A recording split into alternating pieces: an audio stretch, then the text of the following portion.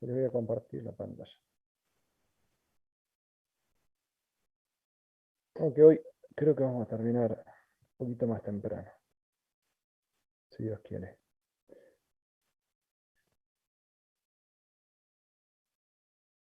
No tengo nada. Otros años en donde teníamos presencialidad, hacíamos un práctico de este tema. Armábamos un pequeño túnel de viento que tenemos acá en la Facu y hacíamos mediciones de gases para determinar la velocidad a partir del DP. Pero bueno, este año no se puede. Acá está, compartir. Vamos a pasar a nueva presentación.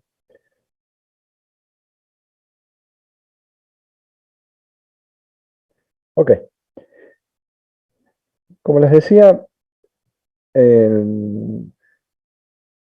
reconociendo que un fluido desarrolla un perfil que cuando está completamente desarrollado es parabólico, obviamente que reconocemos de antemano de que el fluido que está en contra de las paredes tiene menor velocidad que el que está en la zona central. Es por eso que la Agencia de Protección Ambiental de Estados Unidos, cuyas siglas del inglés son EPA, desarrolló una serie de métodos que, aplicándolos de manera adecuada, garantizan una medición acertada de la velocidad del gas y por lo tanto una determinación acertada del caudal volumétrico del mismo dentro de la chimenea. Esta metodología, la EPA, la complementa con métodos para desarrollar o determinar, mejor dicho, la concentración de los contaminantes. En este sentido, ellos toman los 4 primeros métodos, el método 1, 2, 3 y 4, como los básicos para determinar la cinética del gas. O sea, sí o sí necesitamos llevar a cabo esos 4 métodos para terminar de calcular la velocidad del gas. Y a partir del método 5 comienza a determinar, a especificarse métodos para determinar la concentración de contaminantes. De nuevo, como el material particulado es uno de los contaminantes más común a nivel mundial, justamente el método 5, que es el primer método para medir concentración de contaminantes, está dado para material particulado. Después de ahí hay una cantidad de métodos que ni se imaginan, hay más de 100 métodos para determinar distintas cosas. En lo que respecta al método para hacer la cinética de gases, que vendría a ser este método del 1 al 4, el método 1 y 2 apunta a que la medición se lleve a cabo en una zona de la chimenea en la cual se garantice que el flujo está desarrollado. Y a su vez, también de que los puntos que se van a analizar adentro del conducto sean suficientes como para obtener un delta P promedio válido para calcular finalmente la velocidad promedio del gas en la chimenea. Lo que nosotros estamos haciendo, ahí me empezó a funcionar el lápiz, así que aproveché para hacer funcionar eso.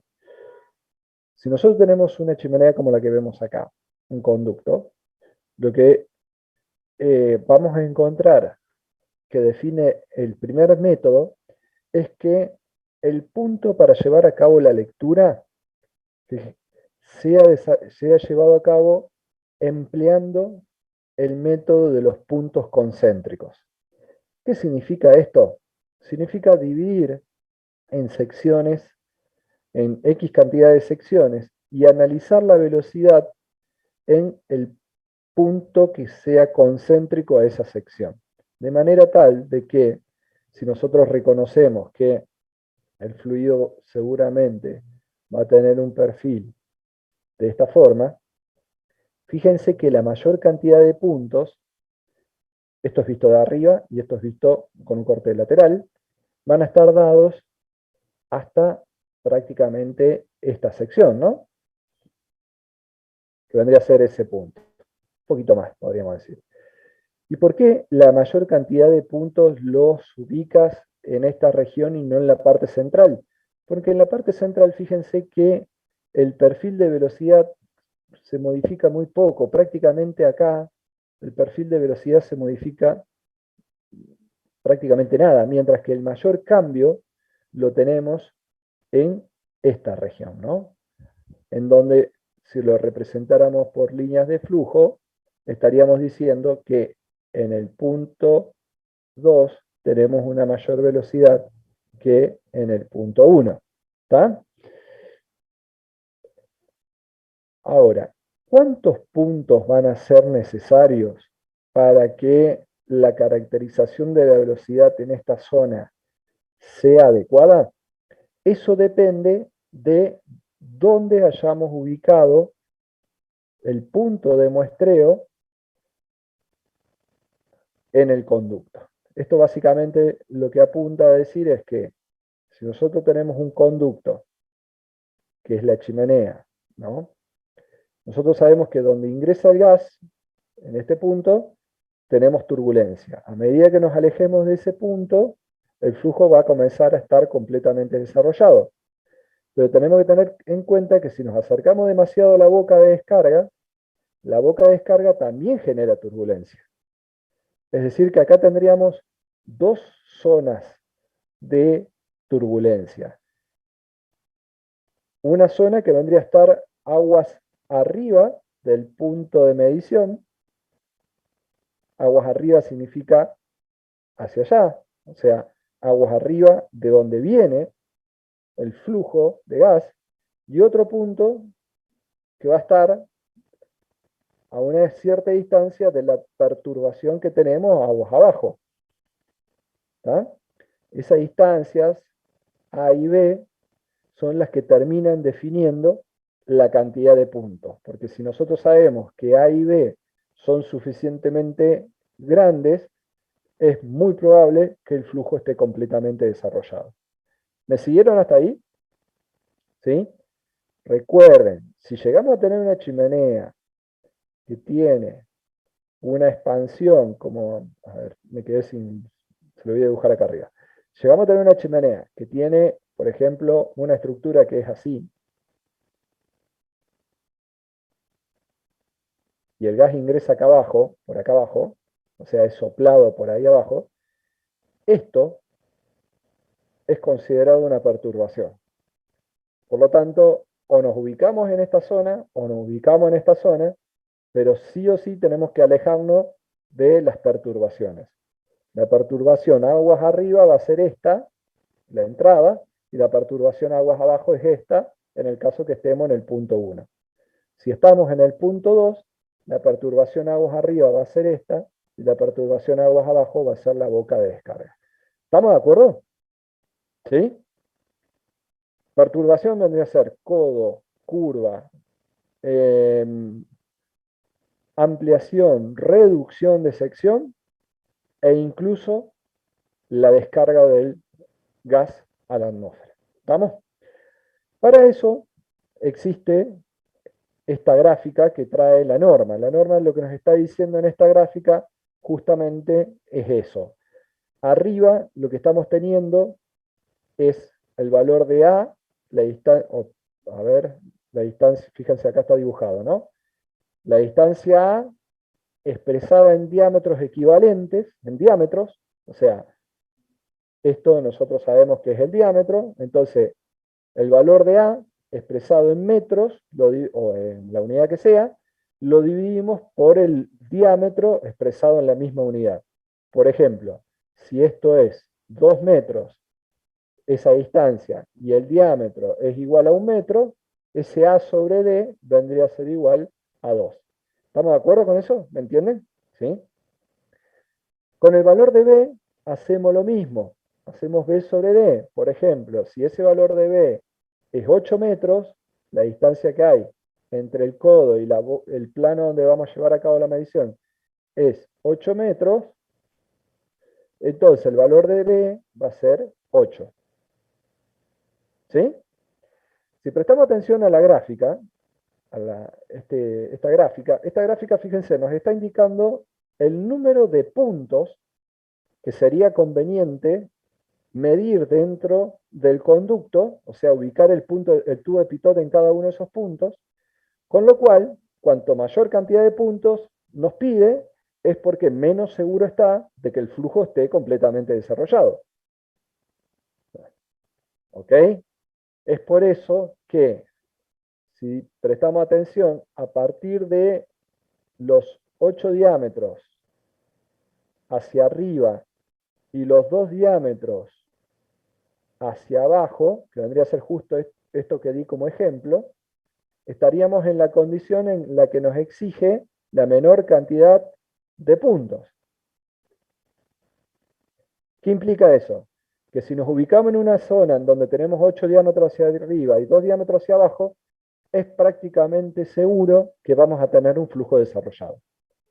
A medida que esas distancias se empiezan a acortar, comienza a perturbarse el perfil de flujo y por eso nos pide que midamos una mayor cantidad de puntos adentro de la chimenea. ¿Está? Por ejemplo, si nos venimos hacia acá abajo, a ver, esperen que voy a borrar un poquito para no confundir.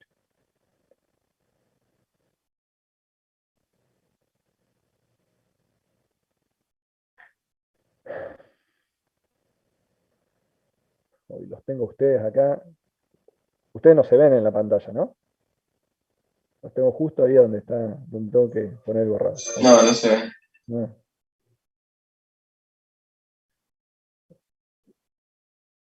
No tapa nada la pantalla, no se ve ni negro esa zona, ¿no? No, no se ve normal. Bien. Vamos de nuevo con la pluma. Ok.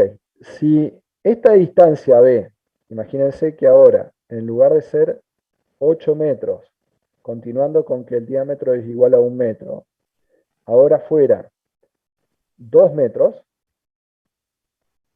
tendríamos entonces que el valor aquí abajo vendría a estar ubicado en este punto, que es 2 metros de longitud sobre 1 metro de diámetro, resulta en ese valor de 2. ¿Sí? ¿Estamos de acuerdo? Si ese valor es 2 y el valor de arriba es 0,5 metros, el valor de A es 0,5 metros, estaríamos justo en esa posición. ¿Ah? Estaríamos bien al extremo de la gráfica. ¿Qué implica eso?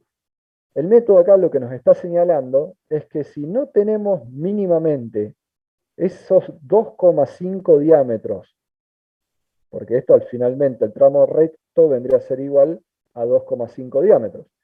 Si no tenemos 2 diámetros y medio de tramo recto, no podemos aplicar esta metodología, no se garantiza que el perfil de flujo sea desarrollado y debemos extender la parte recta, en el caso de que sea una chimenea, hacerla más larga, o buscar, si estamos en una cañería de proceso, buscar otra zona en donde tengamos 2 diámetros y medio para llevar a cabo la medición. ¿Estamos de acuerdo con eso? ¿Sí? Bien. Lo que no les di, no les expliqué es qué pasa cuando esto, por ejemplo, en lugar de ser medio diámetro arriba, supónganse que tenemos arriba, no, puntero de láser. No, puntero de láser no, lápiz óptico. ¿Dónde se fue el mouse? Lápiz, pluma, ahí está. Supónganse ahora que acá arriba tenemos 1 metro. Por lo tanto, la distancia de A ahora va a ser 1, ¿no es cierto? Esta gráfica, ¿por qué les aclaro esto? Porque no hay que unir los dos puntos, sino que lo que hay que hacer es, si estamos en este punto como valor de B, hay que subir, llegaríamos aquí, y con el valor de A hay que descender y llegaríamos ahí. En este caso no hay problema, porque en ambos casos tenemos la misma cantidad de puntos. Pero ¿qué hubiera pasado si el valor de B caía, por ejemplo, en 1,5 y veníamos acá? Entonces teníamos que el valor perdón, el valor de A de 1,5 caía ahí y el valor de B de 2 caía ahí. En ese caso, lo que tenemos que hacer es tomar el mayor número de puntos, porque tendríamos 24 frente a 20. ¿Estamos de acuerdo con eso? ¿Sí? De nuevo, les repito, el objetivo, ¿cuál es? El objetivo es determinar cómo es el flujo adentro de la chimenea. Van a ver que van a tener flujos que van a ser así. ¿Qué pasa si el flujo adentro de la chimenea es así? ¿Podemos llegar a tener eso?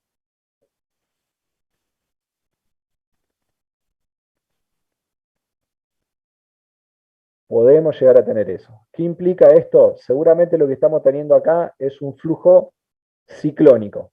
Si ustedes acá tienen un ventilador, en lugar de tener un soplante del tipo centrífugo, es decir, un soplante que cuando inyecte el aire lo hace desde afuera y tienen un ventilador directamente en la chimenea, lo más probable es que generen un flujo que es ciclónico adentro de la chimenea, es decir, que se mueve en contra de las paredes y por eso van a tener un perfil que es con la forma que les dije inicialmente, de esta forma. ¿Estamos con eso? ¿Sí? ¿Sí o no? Sí, profe. Bien. ¿Dónde vamos a ubicar la cantidad de puntos que nos señala la gráfica anterior? Porque la gráfica anterior nos dijo que para una determinada chimenea teníamos definiendo el punto de muestreo. A ver, creo que tengo una foto. Acá está. A ver, acá está. Vamos a hacer este ejemplo, ¿les parece?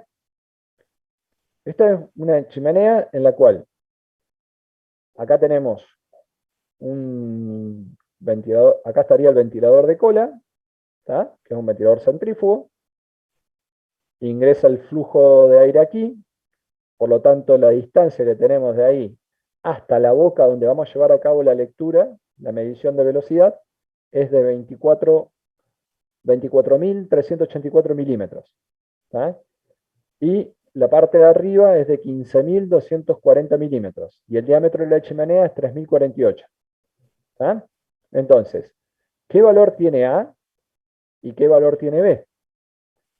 Si vamos a calcular A, lo que tenemos que hacer es, ¿me dicen ustedes? ¿Cómo sería?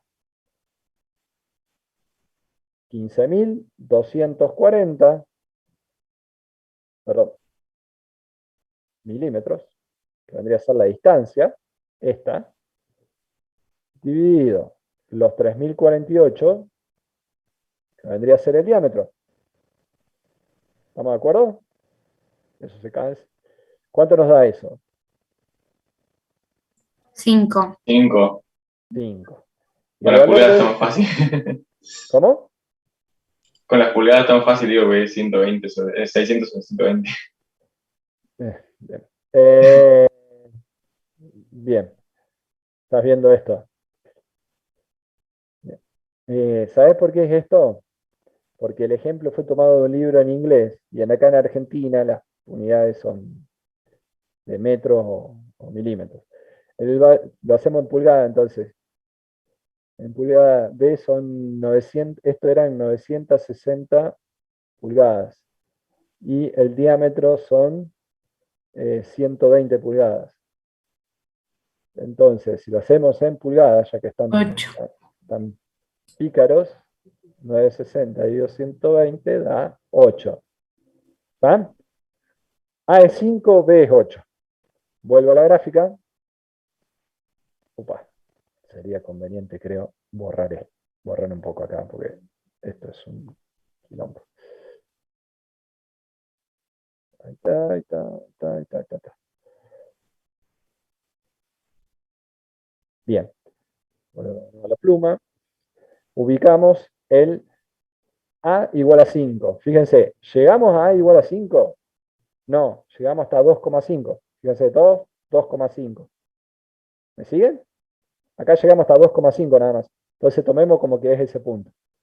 Y el B era 8. ¿Estamos de acuerdo o no? Sí, profe. B, sí, B era 8 y A 5. Está bien. Entonces, ¿cómo hacemos esto? Subimos hasta ahí y este desciende hasta acá. Acá hay un escalón justo, que está la aclaración ahí, ¿no? Que si la chimenea es mayor a 60 centímetros, aplica el escalón superior, si es menor, aplica el escalón inferior. La chimenea tenía 3 metros, o sea que aplica el escalón superior. Estaríamos en este punto. Es decir, que tendríamos que acomodar en la chimenea 12 puntos. ¿Estamos de acuerdo? ¿Sí? Sí, profe. Chimenea, conducto, es todo lo mismo, ¿no? Ahora bien, esos 12 Profe, puntos, perdón, ¿y si sería el escalón de abajo, cuánto? ahí lo dice 8, 9. 8 9. Ah, ¿Por listo, qué? porque como usted ¿Por ese qué? 12 ahí colgado, no me daba cuenta. ¿Sabes? No, no hay problema. Eh, ya después, hágame acordar por qué O9. Agustina, acordate eso. Hacémelo acordar después si no lo digo por qué el O9. Bueno, Eh, la opción que tenemos, si hagan de cuenta que esa es la chimenea, la opción que nos da la norma es que o bien podemos acomodar los 12 puntos en una línea, en un eje, para el cual hay que tener una boca de muestreo, o bien podemos ubicarlo, hacer el muestreo en dos ejes perpendiculares uno del otro y acomodar 6 puntos y 6 puntos. Si lo hacemos en un solo eje, tenemos que acomodar los 12 puntos en ese eje. ¿Se entiende esto? ¿Sí? ¿Qué receta quieren que sigamos? ¿La de arriba o la de abajo? La de arriba. Vamos con la de arriba. Si los 12 puntos totales los vamos a acomodar 6 en un eje y 6 en el otro, venimos aquí y tomamos la cantidad de puntos que vamos a hacer por eje y el valor que tenemos acá vendría a representar el porcentaje del diámetro en donde estaría ubicado el primer punto y así sucesivamente. ¿Qué quiere decir esto? La chimenea tenía 3 metros de diámetro. ¿Se acuerdan? La de recién. Entonces, el primer punto de muestreo, el que va a estar más cerca de la pared, lo vamos a hacer a 3 metros por el 4%, es decir, 0,044. ¿Está? ¿Me siguen hasta ahí? ¿Cuánto les sí. da eso?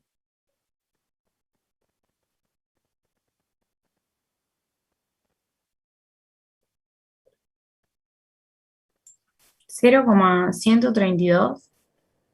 0,132 132. O metros. sea, a 0,12 0,1. 12 centímetros. Sí, 13 centímetros. Casi 13 centímetros. Eso quiere decir que el primer punto lo vamos a ubicar 13 centímetros adentro de la chimenea. O sea, la distancia entre este punto y la pared de la chimenea tiene que ser justamente esos 0,13 metros. ¿Estamos? El segundo punto lo vamos a ubicar. Profe, perdón, ¿dónde estaría la boca ahí de la chimenea? ¿Cuál Sí, esperen, sería? esperen. Esperen, esperen. Voy a intentar dibujarlo mejor. O sea, esa es la parte transversal, digamos. Esto vendría a ser visto de arriba, visto en Visto de planta. arriba. ¿Ah? Si lo vemos de arriba, lo que veríamos es, o sea, la chimenea vertical, en el mismo eje que nosotros, y esta vendría a ser el lugar por donde habría que ingresar el tubo de pitot. ¿Ah? Bien. Y el tubo de pitot lo vamos a meter adentro justamente esa distancia, esos 13 centímetros que hablábamos recién. Medimos la velocidad del delta P en ese punto, una vez que se cumplió 2 minutos que dice la norma como mínimo, pasamos al punto siguiente. El punto siguiente, ¿cuál va a ser? El 14,6% de los 3 metros. ¿Estamos? Y así sucesivamente. Lo cual, esto implica que estaríamos midiendo así, de esta forma. El primer punto, acá vendrían a tener los 13 centímetros que me dijeron recién. El segundo punto vendría a ser justamente los 3 metros 43. por 14,6 que da 43. ¿Estamos? Sí, como 8, pero sí, 43. Claro. Y ahí tendríamos que finalmente vamos a tener 6 lecturas en un eje y 6 lecturas en el otro eje.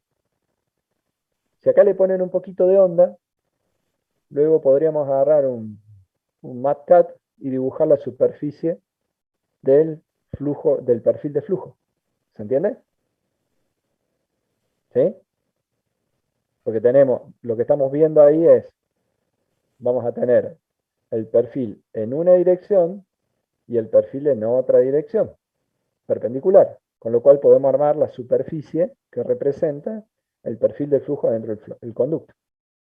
¿A quién le puede interesar eso?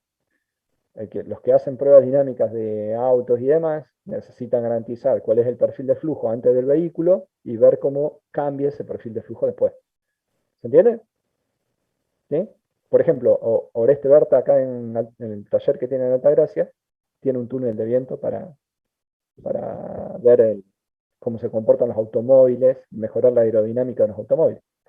Hay otro túnel de viento grande acá en la fábrica de aviones, en el cual, que es gigante ese, gigantesco es, muy grande, está muy bueno. El soplante debe tener un diámetro de 4 metros, 5 metros fácil, es gigante. Y ahí directamente puedes meter un avión a escala para ver cómo es el comportamiento del flujo alrededor de la estructura. ¿Está? Y aplica siempre el mismo concepto. ¿Estamos? Te había dicho que me vas a acordar del O9. ¿Por qué el O9? Porque no todas las chimeneas son cilíndricas. Muchas veces nos vamos a encontrar con que la chimenea es cuadrada o rectangular. Cuando la chimenea es cuadrada o rectangular, lo que vimos recién de ubicar los puntos a esas distancias que dice la tabla, no lo podemos aplicar. Y lo que vamos a hacer es aplicar una matriz simplemente en el cual, si esta es la chimenea, esa que tenemos ahí vendría a ser la pared de la chimenea, si la cantidad de puntos que habíamos determinado era 12, lo que vamos a hacer es dividir la sección transversal, esto también vendría a ser visto en planta, visto de arriba, y la dividimos en 12 cuadrículas. ¿Está? ¿Estamos de acuerdo? Pero acá no aplica lo del diámetro, que les decía recién. Entonces, el punto de medición directamente es el centro de cada cuadrícula, porque justamente el punto concéntrico vendría a ser el centro representativo de esa región. Acá es mucho más fácil, el centro va a estar en el centro de la cuadrícula. ¿Estamos? ¿Sí? Bien. Sí, profe. Ok, ok. Ya terminamos, falta bien poquito.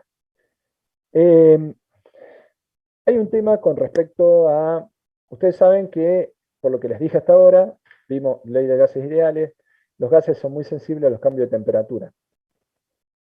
En cuestiones ambientales, lo que más puede cambiar es la temperatura. Imagínense, un horno de incineración de cadáveres, un horno crematorio, los gases que salen por la chimenea salen a 900 grados centígrados, salen recalientes. Un horno de una caldera, ustedes saben que una caldera no vas a querer volcar los gases por chimenea muy caliente porque justamente vos querés aprovechar el calor para generar vapor. Y vas a tener un gas adentro de chimenea que va a estar seguramente entre 130, 140 a más, como mucho, 180 grados. ¿Qué quiero decir con esto? Que los cambios de temperatura de los gases son importantes. Una caldera puede estar emitiendo en verano un gas por chimenea 10 grados más caliente que durante el invierno, y esos 10 grados impactan en el caudal. Y es por eso que si queremos hacer un seguimiento del comportamiento de un equipo, siempre es conveniente llevar la lectura que hagamos en un determinado momento a una condición estándar. ¿Para qué? Para llevar a todas a la misma condición y luego poder comparar. Además, imagínense que ustedes dicen, ok, yo tengo una planta, ¿no? La planta tiene 3 unidades que generan material particulado total, TCP en inglés. ¿Ah? ¿Qué será conveniente? Colocar un sistema de control para cada uno, o será conveniente instalar un sistema de control que trate a los 3 a la vez.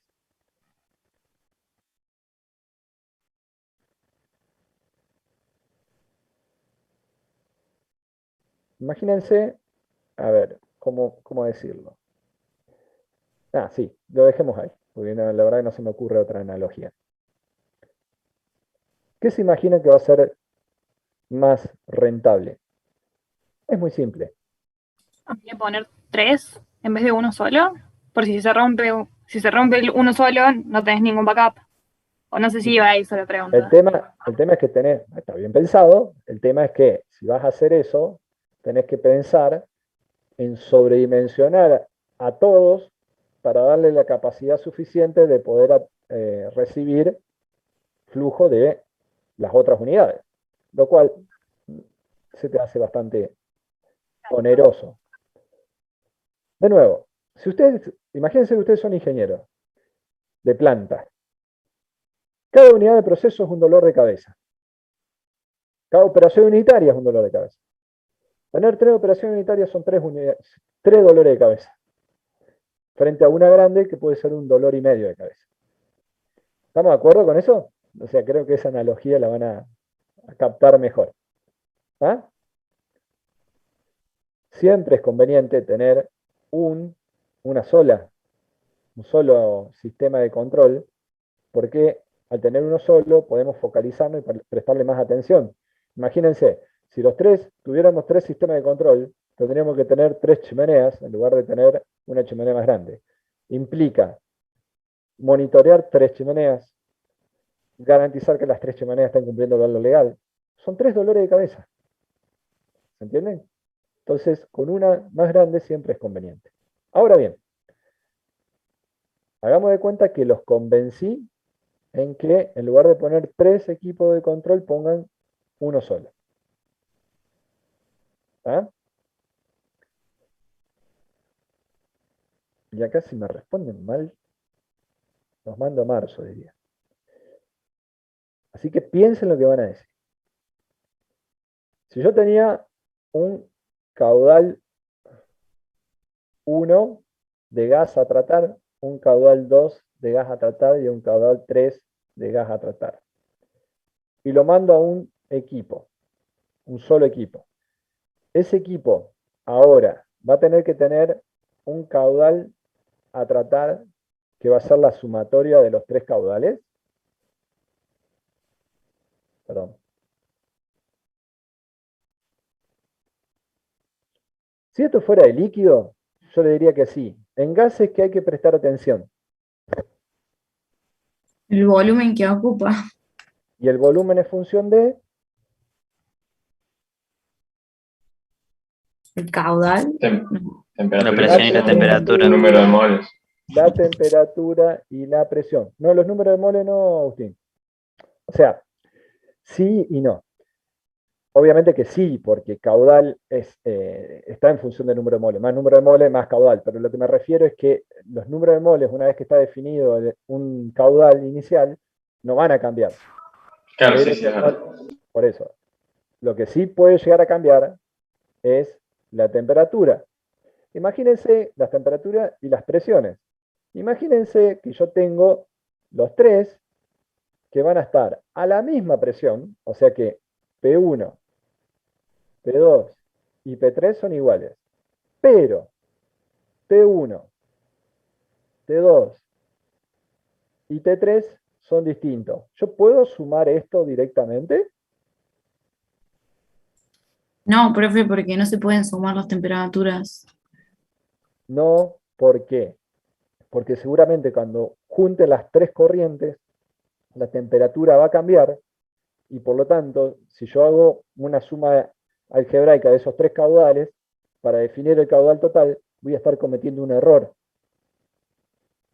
¿Se entiende? Si yo quiero sumar los tres caudales, lo que tengo que hacer es llevarlos, expresarlos a los tres, al Q1, al Q2 y al Q3, llevarlo a condiciones estándares. Vendría a ser como, ¿se acuerdan cuando dijeron definir muy bien el nivel a partir del cual comparar para medir las alturas en la ecuación de Bernoulli? Vendría a ser lo mismo, llevarlo a la misma condición. Las condiciones estándares las pueden definir. Y acá hay que tener cuidado, gente, porque para nosotros acá en Argentina, que usamos todo lo que es nomenclatura UPAC, nosotros tenemos condiciones estándares y condiciones normales. ¿Se acuerdan? Condición estándar es una cosa, condición normal es otra. Los yanquis, que es donde viene la mayoría de la tecnología, o la ingeniería para esto, para ellos es lo mismo. No tienen como nosotros estándar y normal. Entonces ahí tenemos que tener cuidado. Lo mejor que podemos hacer es decir, en realidad, yo el Q1 lo expreso a 20 grados o 0 grados centígrados y una atmósfera. Que acá estoy faltando a mi principio de integrante del Irán Argentina, en donde no tenemos que usar atmósfera, sino que tenemos que usar pascales. La unidad de presión de nuestro sistema es pascales. ¿Tá? Entonces tendremos que decir 1000, vamos a borrar esto también, esto sería 1013 hectopascales. ¿Tá? Tendría que expresar el Q1, el Q2, el Q3 en estas condiciones y después recién ahí sumarlos. ¿Estamos de acuerdo? ¿Sí? Sí. ¿Cómo hacemos eso? ¿Cómo hacemos eso? A ver. ¿Hay alguien que esté más o menos despierto todavía? ¿O ya se me están apagando las luces a todos?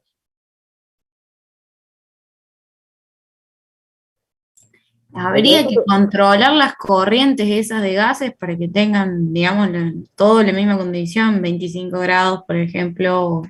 Es que no lo van a tener. Entonces vos las tenés que corregir, las tenés que llevar, modificar. Si vos las tenés que modificar, en realidad lo que vas a estar haciendo es decir, yo estoy en una presión 1, un volumen 1 y una temperatura 1, y la voy a llevar a una presión 2, un volumen 2 y una temperatura 2. Donde 1 es la condición de la chimenea y 2 es la condición estándar, por decirlo, o normal, la de referencia. ¿Ah? ¿Por qué las igualé? Porque como dijimos recién, el número de moles no cambia. ¿Sí? Yo estoy cambiando las condiciones de temperatura y presión. El número de moles no cambia. La R no cambia. Por eso las igualé. Si las igualo y digo que el volumen 2 es el de referencia, esta ecuación vendría a ser que es el volumen 1 por presión 1 sobre presión 2 por temperatura 2 sobre temperatura 1. Profe, B2 sería el volumen en condiciones De estándar, referencia, a las referencias. Claro. ¿Ah? La 2 es la referencia. O sea, se haría a donde está lo estándar, donde llegan, confluyen todos, digamos. Ojo con usar la palabra estándar. O sea, estándar vendría a ser 20 grados, 20, y algunos discutimos 25. Tendría que ver bien la letra chica de UPAC, porque la verdad que no me acuerdo, creo que era 25. Y normales es 0 grados centígrados. O sea, hay una Claro, diferencia. pero digo a donde confluyen los tres gases. Es como que yo lo tengo en tres condiciones distintas, lo llevo todo en la misma condición para poder sumarlos. ¿Cómo hago para llevarlo de la condición que está a la condición de referencia? aplico este concepto. Si yo ya medí caudal, en realidad esto es B por unidad de tiempo y esto es B por unidad de tiempo, pero el concepto va a seguir siendo el mismo. ¿Está?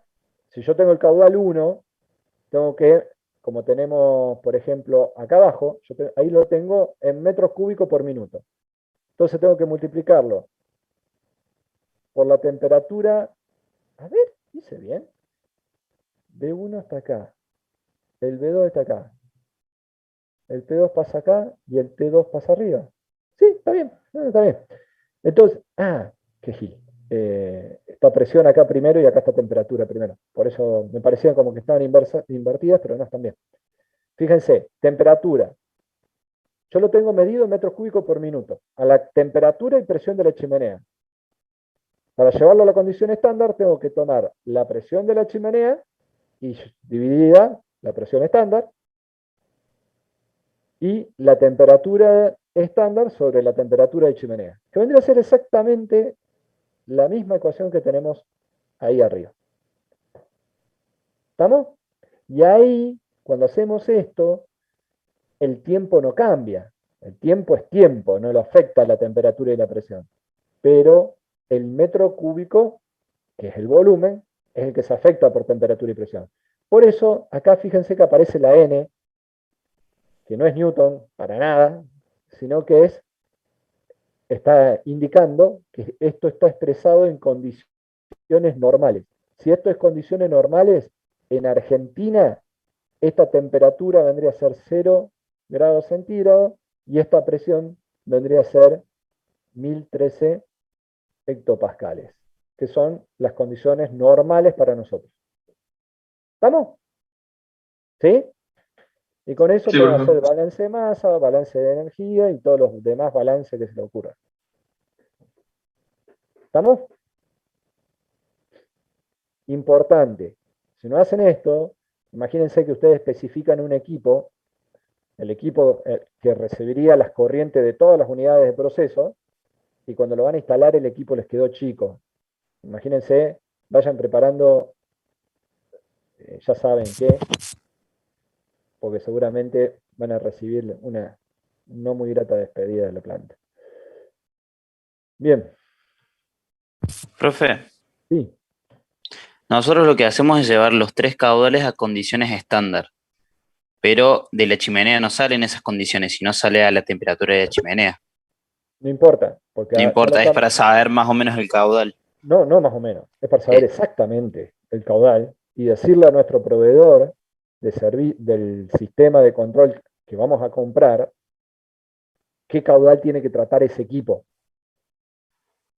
Claro, pero De, ese caudal está en condiciones estándar, no está en condiciones del de que sale de nuevo, la chimenea. el constructor del equipo del sistema de control, lo que le estamos diciendo es, yo te lo doy a esta TIP. Vos diseñá la TIP que quieras. Paso inverso. Agarra de la condición estándar que yo se lo di y lo lleva a la TIP que él prefiera trabajar. Que te puedo asegurar que va a ser esta, 0 grados y una atmósfera. Porque es una condición de referencia bastante buena. ¿Estamos? Pero se lo tenemos que aclarar al proveedor para que no cometamos el error de que el equipo quede o sobredimensionado, en el cual nos van a decir, che, nos hiciste gastar plata al cohete, pero siquiera anda, o que quede dimensionado en menor, o sea, subdimensionado, por decirlo de una forma, y cuando instalemos el equipo no logre tratar el caudal que queríamos tratar. Y ahí sí. ¿Y ahí qué puede pasar? O sea, ¿puede haber una explosión? O sea, no sé. ¿Qué no, puede pasar? Es muy simple. El equipo que compraste, trajiste de Estados Unidos, montaste con una empresa argentina, diste trabajo a un montón de gente, más o menos, cuenta que invertiste unos 3 millones, 5 millones de dólares y no te sirve. ¿Qué puede pasar? Saca tu conclusión. Lo menos que te pase es que te echen, digamos. Bien. O sea, profe, lo principal es calcular el caudal exacto aproximadamente para que el equipo que compres esté correcto, digamos. Cuando vos le vas a decir a un proveedor, no todo, ¿no? Nosotros, a ver, nosotros en la carrera nos preparan para diseñar equipos, ¿no? Sin embargo, no vemos diseño de todos los equipos, vemos de los equipos más importantes. Por ejemplo, en operaciones unitarias 2, ¿tá? Aprovecho que se acaba de ir Gustavo. ¿Qué aprenden a diseñar? Aprenden a diseñar una torre de destilación bastante completa, una torre de absorción. ¿La aprenden a diseñar de manera completa? No, vemos más la torre de destilación. Exacto. Porque es una cuestión muy difícil. ¿Ustedes alguna vez vieron el PERRI, el manual del ingeniero químico? ¿Lo tienen? Sí, Es sí. el libro de cabecera que deberíamos tener como ingenieros químicos. Van a ver que muchas de las unidades de proceso dan lo que se llama un cálculo rápido, o el shortcut, y un cálculo completo. ¿Tá? ¿Para qué sirve el cálculo rápido? Para aproximar, digamos. Y Exacto, para después hacer bien el cálculo exacto. exacto. Por lo general, ustedes con un cálculo rápido le pueden especificar a un proveedor de tecnología qué equipo quieren. Y el proveedor de tecnología lo que va a hacer es un cálculo detallado. ¿Se entiende? Bueno, Sí, sí, sí. eso es lo que hacemos nosotros. En realidad, salvo que trabajemos en ingeniería, y les puedo garantizar que ni trabajando en ingeniería se hace esto. Es más, la semana pasada estuve hablando con Roberto Boeris, un chico que se recibió de acá, que está en el área de ingeniería de Atanor. Roberto me decía que estaba diseñando toda una línea de proceso, que era un horno de incineración de residuos peligrosos, y en realidad él lo que está haciendo es justamente eso, son cálculos rápidos para poder luego contactar a los proveedores para que le hagan el cálculo detallado y, o directamente el que le va a hacer el cálculo detallado ya es el proveedor del equipo. Es decir, yo te digo, como vos como proveedor de equipo, yo te vengo y lo que te planteo es, mira, yo tengo que tratar esta corriente, este caudal, con esta concentración de contaminantes. ¿Qué equipo tenés para lograr tratar esa corriente con una eficiencia del 90%? Porque lo otro que te va a preguntar es, ok, estas son las condiciones de entrada, ¿cuáles serían las condiciones de salida? O sea, ¿cuánto tengo que retener del contaminante? Con esa información, la empresa puede hacerte la ingeniería detallada y proveerte de un equipo. Es muy poco probable que vos hagas todo, porque no te dan los tiempos. Cuando se deciden las... Imagínense, ustedes para una tesis son 5 o 6 personas trabajando para diseñar un equipo de manera detallada y 2 más o menos aproximadas, ¿no es cierto? Porque el diseño del primer equipo se hace detallado y los otros 2 más o menos. ¿No es cierto? ¿Me siguen hasta ahí? Y les lleva meses, años, un año, ¿o no? Cuando se deciden hacer las inversiones y te dicen, no, esto tiene que estar definido para dentro de 3 meses, no hay chance, no hay tiempo. Además las empresas ya no trabajan así, porque no les conviene trabajar así. ¿Se acuerdan de la integración 2 cuando les dije que hoy en día los diseños de proceso, dada la globalización y los tiempos,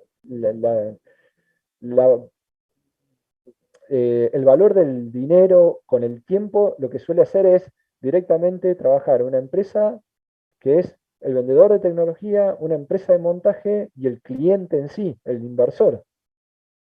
Ya no existe más esto de que una empresa haga toda la ingeniería, porque llega siempre tarde al desarrollo tecnológico. O sea, es imposible que vos hagas toda la ingeniería y estés al frente de, un buen nivel de ingeniería en todos los temas. Porque ya hay empresas que son expertas en hornos, empresas que son expertas en lavado de gases, empresas que son expertas en filtros de mangas y etcétera. Es por eso de que con un cálculo rápido vos lo que haces es empezar a armar tu proceso. Y les puedo asegurar que se hace con una incertidumbre mayor a la que se cree. ¿Tá? Yo siempre les digo, ustedes cuando arrancan con 5 cifras en primer año, después de la coma. Y después terminan en quinto año a duras penas poniendo una coma y trabajando con el dedo. ¿Tá? O sea, hay algo que ustedes todavía no valoran, que cuando empiecen a trabajar se van a dar cuenta de lo tirano, que es el tiempo. ¿Ah? O sea, es imposible luchar contra el tiempo. Entonces, la única forma de arreglárselas es avanzar lo más rápido posible. Y eso es a expensas de incertidumbre. ¿Ah? Ustedes quieren un diseño que tenga el 99,9% de certeza de que va a funcionar, no les va a alcanzar el tiempo para obtenerlo. ¿Se entiende? Bien.